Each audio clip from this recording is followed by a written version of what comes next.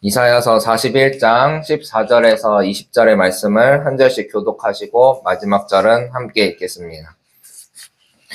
너 지렁이 같은 야곱아, 벌레 같은 이스라엘아, 두려워하지 말아라. 주님께서 말씀하시기를 내가 너를 돕겠다. 나 이스라엘의 거룩한 하나님이 너를 속량한다고 하셨다. 내가 너를 날이 날카로운 새 바닷기로 만들 터이니 내가 산을 쳐서 부스러기를 만들 것이며 언덕을 겨로 만들 것이다. 내가 산들을 까불면 바람이 그 가루를 날려버릴 것이며 회오리 바람이 그것들을 흩을 것이다. 그러나 너만은 나 주와 더불어 기뻐할 것이며 나 이스라엘의 거룩한 하나님을 찬양할 것이다. 한나로 빈궁한 사람들이 물을 찾지 못하여 갈증으로 그들의 혀가 탈 때에 나 주가 그들의 기도에 응답하겠고 나 이스라엘의 하나님이 그들을 버리지 않겠다. 내가 메마른 산에서 강물이 터져 나오게 하며 골짜기 가운데서 샘물이 솟아나게 하겠다. 내가 광야를 못으로 바꿀 것이며 마른 땅을 샘 근원으로 만들겠다.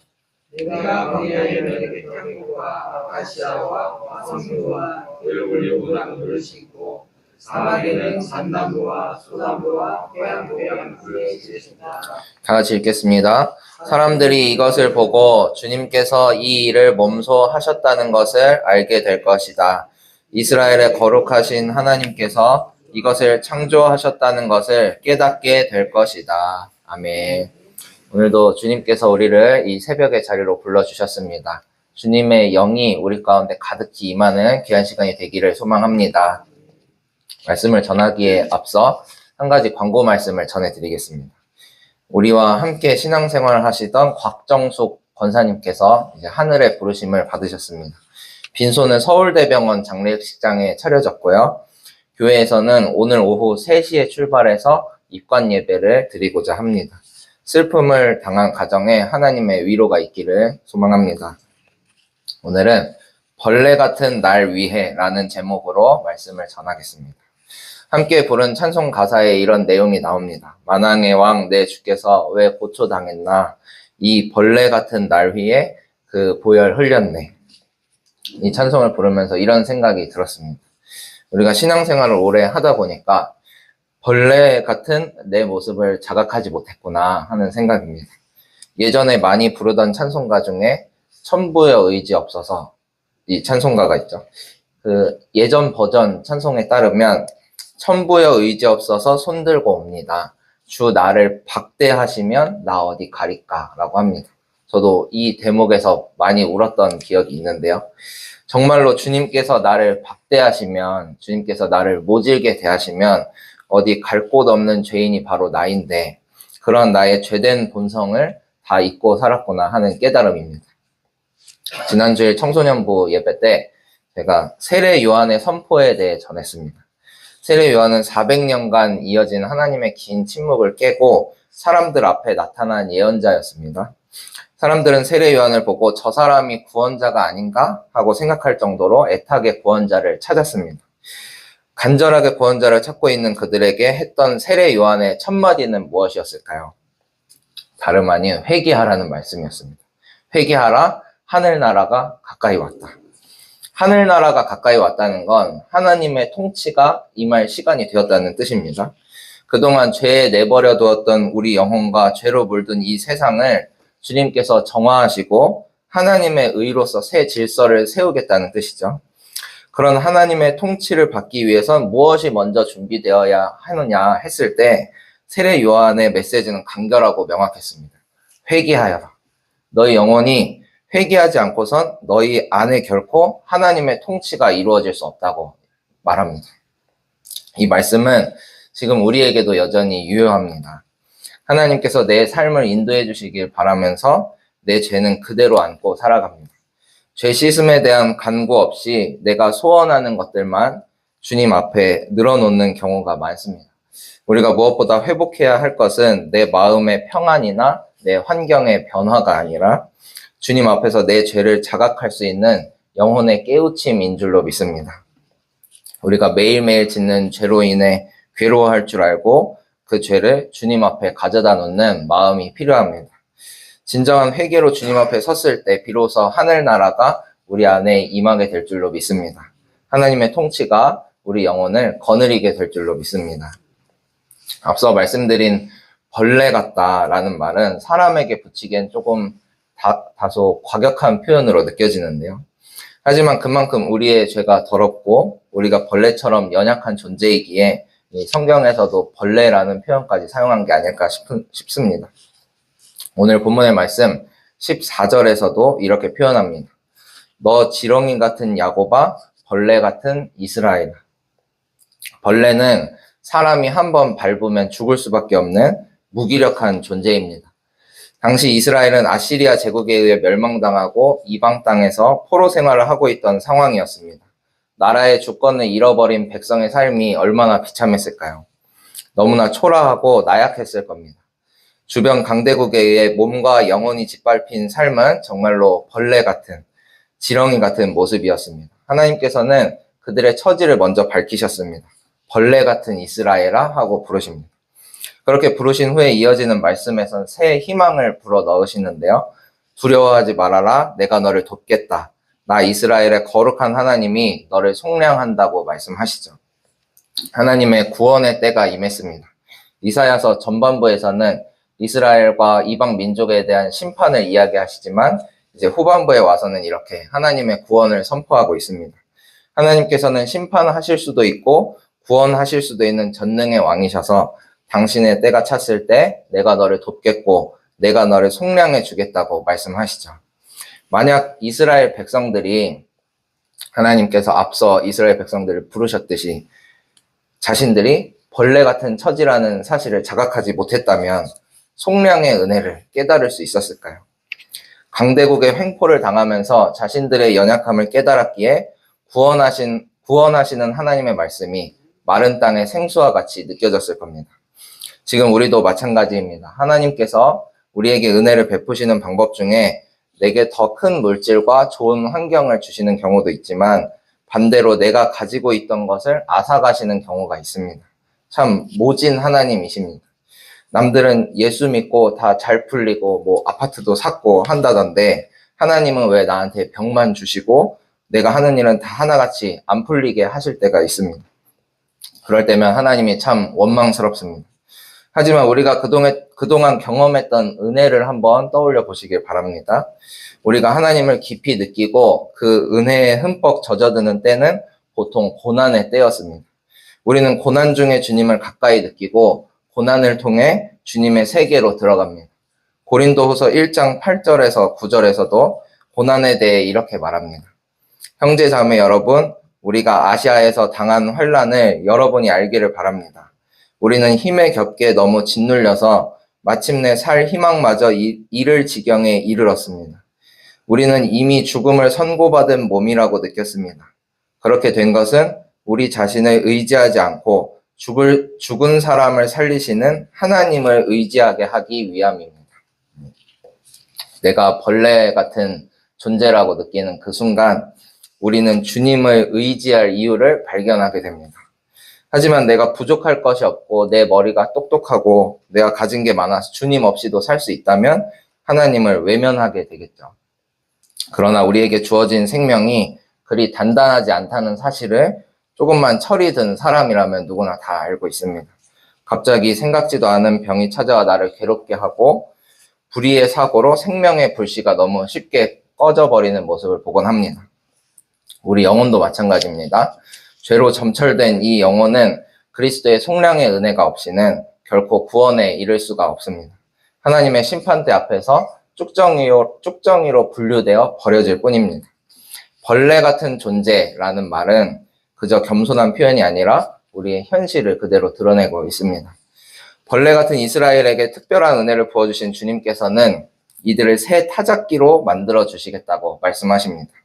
강대국의 횡포에 신음하던 이스라엘 백성들이 이젠 벌레 같은 처지를 벗어나 오히려 산과 언덕을 부서뜨리고 대적들을 경멸하는 능력을 보여주게 될 것이라는 말씀입니다.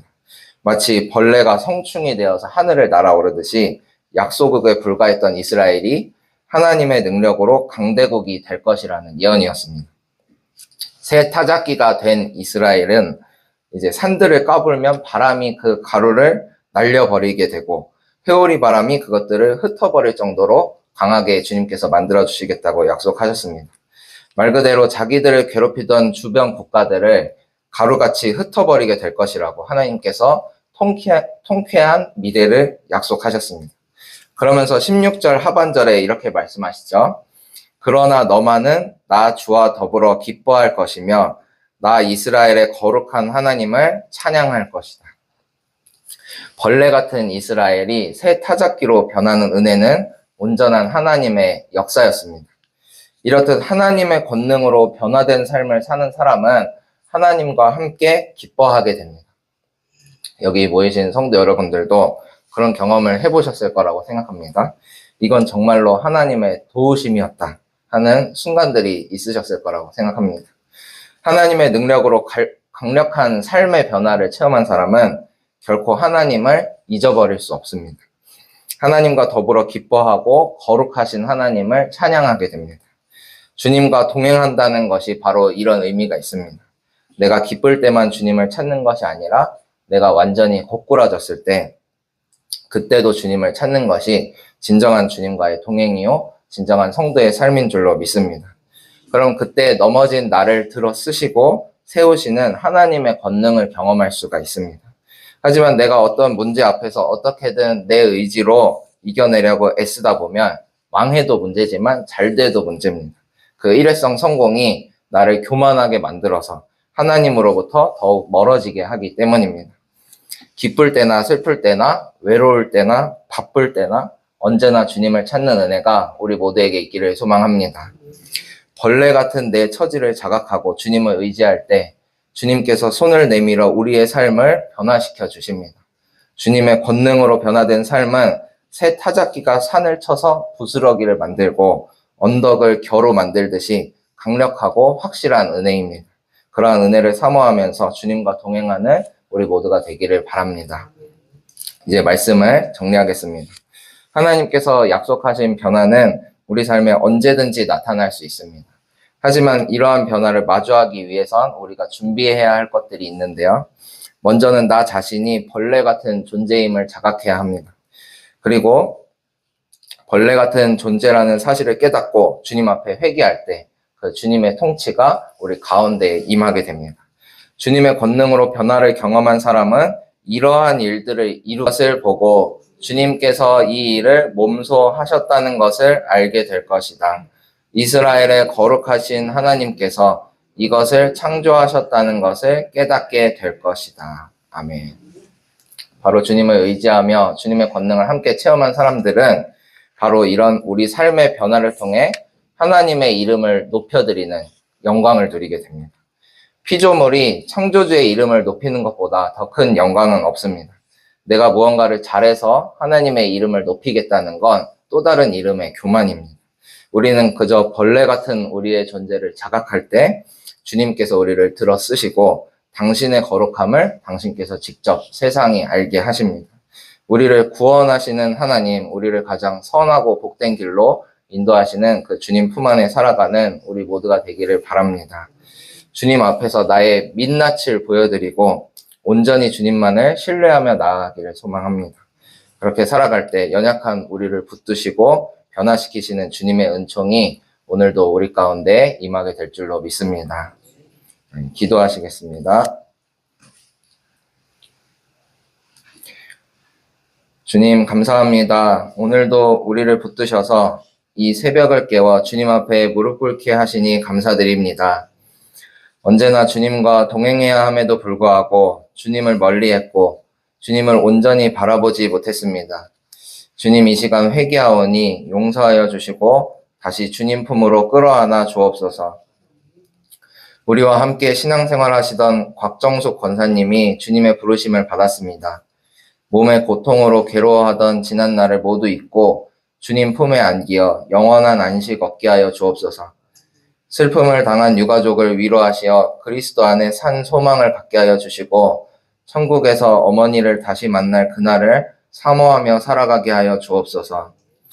생명의 있고 없음이 찰나의 순간에 지나지 않음을 깨닫게 됩니다. 이 땅에 살아가는 동안 주님 주신 것에 더욱 집중하게 하시고 헛된 것들에 마음 빼앗기지 않게 하여 주옵소서. 하늘의 소망을 품은 자들답게 천성을 바라보며 나아가는 주의 백성들 되게 하여 주옵소서.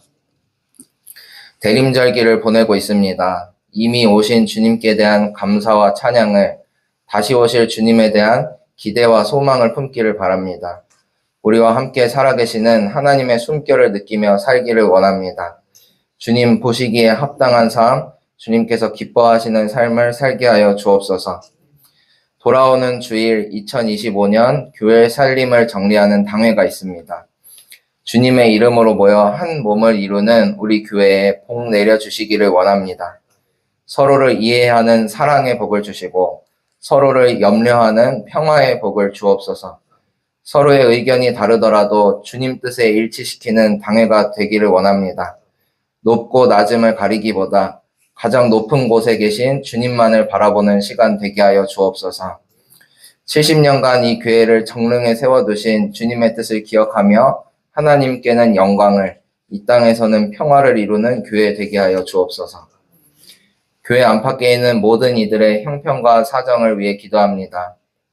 우리의 연약함을 돌보시는 주님, 각 사람에게 찾아와 주셔서 어두움을 몰아내고 빛을 비추어 주시기를 원합니다. 우리 모두가 성탄의 빛을 바라볼 수 있게 하여 주옵소서.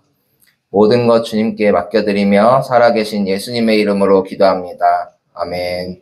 하늘에 계신 우리 아버지여, 이름이 거룩히 여김을 받으시오며 나라가 임하시오며 뜻이 하늘에서 이루어진 것 같이 땅에서도 이루어지이다.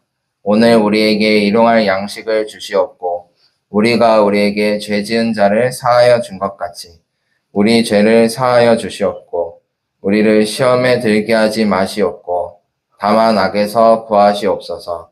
나라와 권세와 영광이 아버지께 영원히 있사옵나이다. 아멘.